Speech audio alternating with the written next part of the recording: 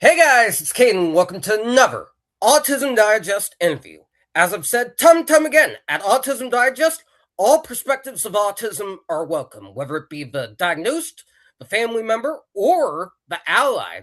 Today we have another ally and one you might have grown up on. You might know him as the voice of Filmore from the Cars franchise, from the second onward, actually.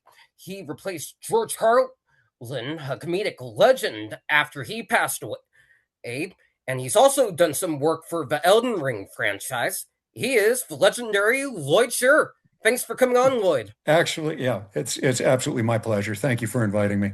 Of course, I think a lot of people, if they've grown up on the Cars franchise, definitely recognize your name. But for those hmm that may not know you, do you mind telling a bit of your story in your own words? Okay. I have been a voiceover artist for about 42 years. I, as you say, I've done cars. I've done lots of animation. I've done lots of documentaries, commercials, other cartoons, books, you name it. So I'm sort of in the twilight of it all now because I said to myself I was retired when the pandemic came around, but Cars keeps calling, and I'm still doing stuff for Lucas Arts, and I was doing when I first moved out to Asheville, where I am now.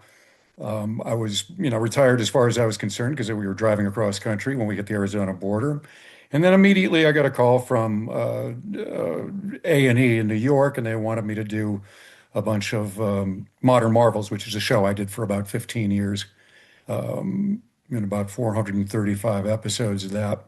So that's been it for me. It's been a nice, quiet, nobody bothers you kind of profession, and I've just loved every bit of it.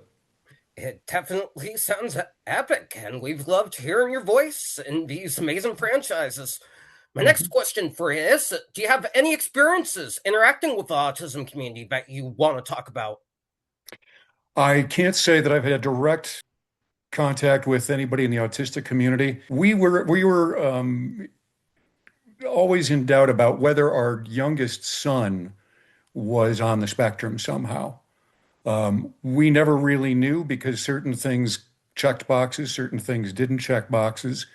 So we sort of left him alone, but he is definitely focused on one thing at a time and to the exclusion of all else. So that's been sort of a challenge for us, and we never really found out if he was on the spectrum or not.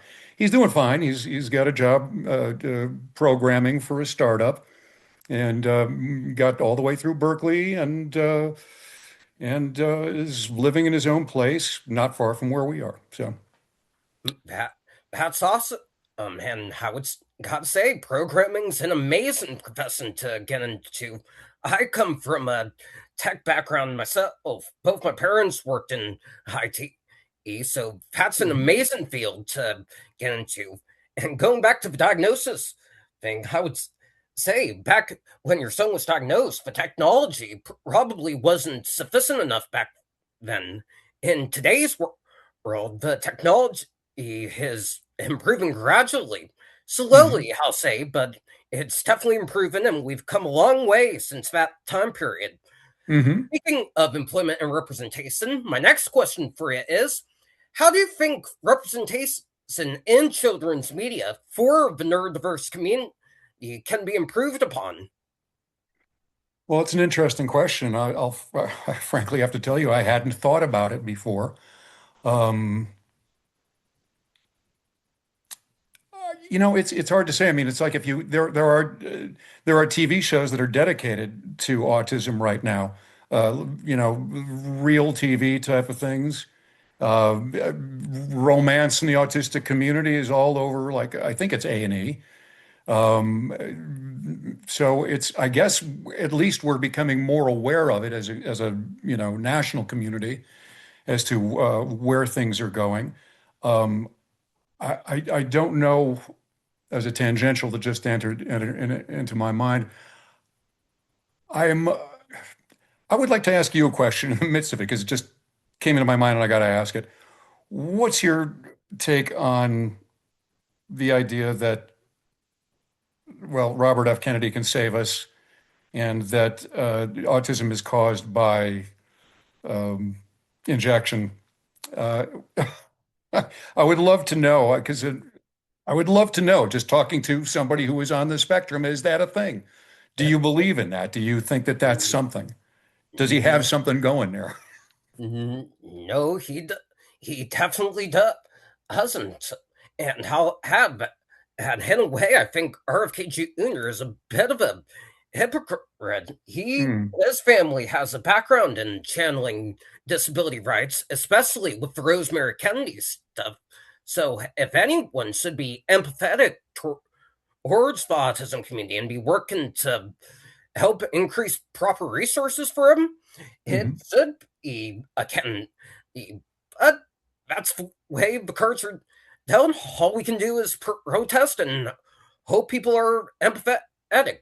Going back to what you said, I absolutely agree. Representation in the media has been improving. There's whole shows dedicated to autism awareness, Hmm. including Love on the Spectrum, which is on That's Netflix. the one. That's the show I'm thinking of. Have Inc. in children's media specifically, if there were consultants on set to ensure accuracy in the media, and that the stories were being represented properly on screen, we would Hmm. never have half the problems we have in scripted media ever again, which transitions perfectly into my next question.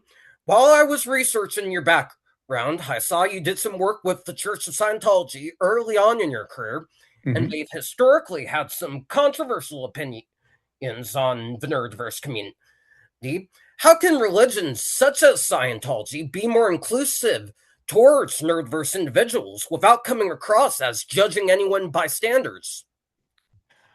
Specifically for the Church of Scientology, and I don't know if I'm taking my life in my hands by answering this question.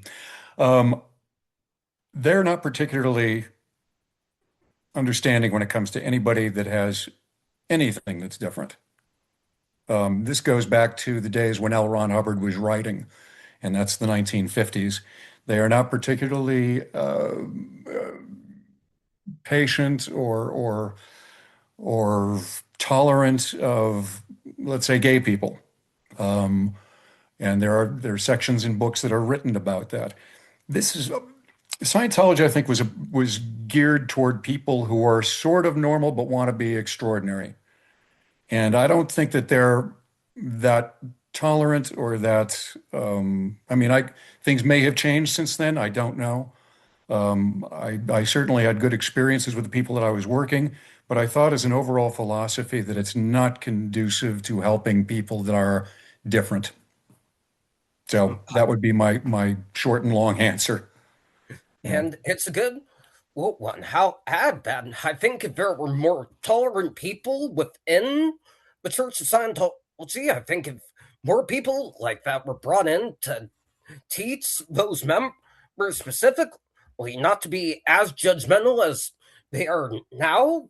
Not that progress hasn't been made. I think progress has been made significantly since the days of L. Ron Hubbard, but there's still work to be done. I think overall, as a society, we can definitely be more empathetic, not just towards the neurodiverse community, but for all communities overall, Or especially generally toward each other. I mean, yeah, just exactly. generally toward each other. I mean, the last 5 years, as far as I'm concerned, I don't know how old you are. I assume you're pretty young and in your 20s. 1-1. Really? Okay, good. So, this is the strangest 5 years of my life. Actually, the strangest 10 years of my life. People are just different than they used to be in this country. They're just different. It's everybody's out for themselves at this point. And whatever anyone could do to facilitate their business, their family, themselves, that's all good. Empathy is, I don't know, that's like a last choice for a lot of people. When nothing else has worked, try empathy. So I'm hoping that we get down to that and that actually becomes the situation in the future.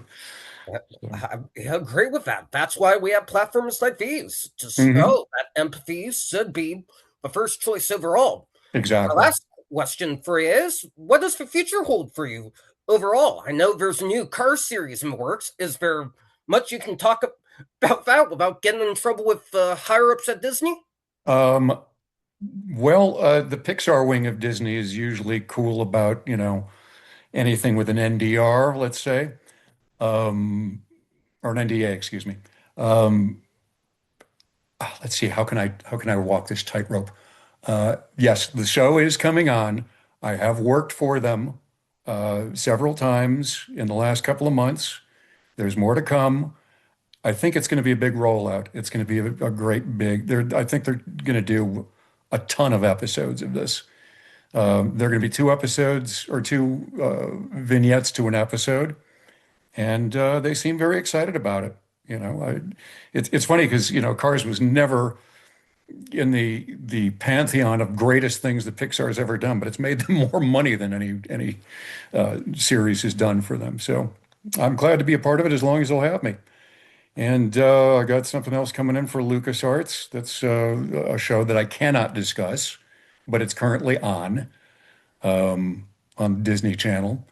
And what else is going on? Not all that much. It's just like if they call me, I'm there, but I'm not going to audition anymore. And I like taking hikes in Western North Carolina and, sort of slowing things down after, 57 years of living in Los Angeles. So things are good right now, and I'm not rocking the boat. I love hiking too, and we'll be sure to be on the lookout for everything. Anyways, that's going to do it for this interview, guys. Thanks so much to Lloyd for coming on and sharing his perspectives. If you guys want to see more amazing interviews, be sure to like, comment, and subscribe to the Autism Digest channel. Be on the lookout for our next issue that comes out in a couple of weeks. You can get that by going to autismdigest.com, and be on the lookout for the audio file to be posted on our Spotify. Thank you so much for watching, and we'll see you in the next one. Thanks, Caden. That was great.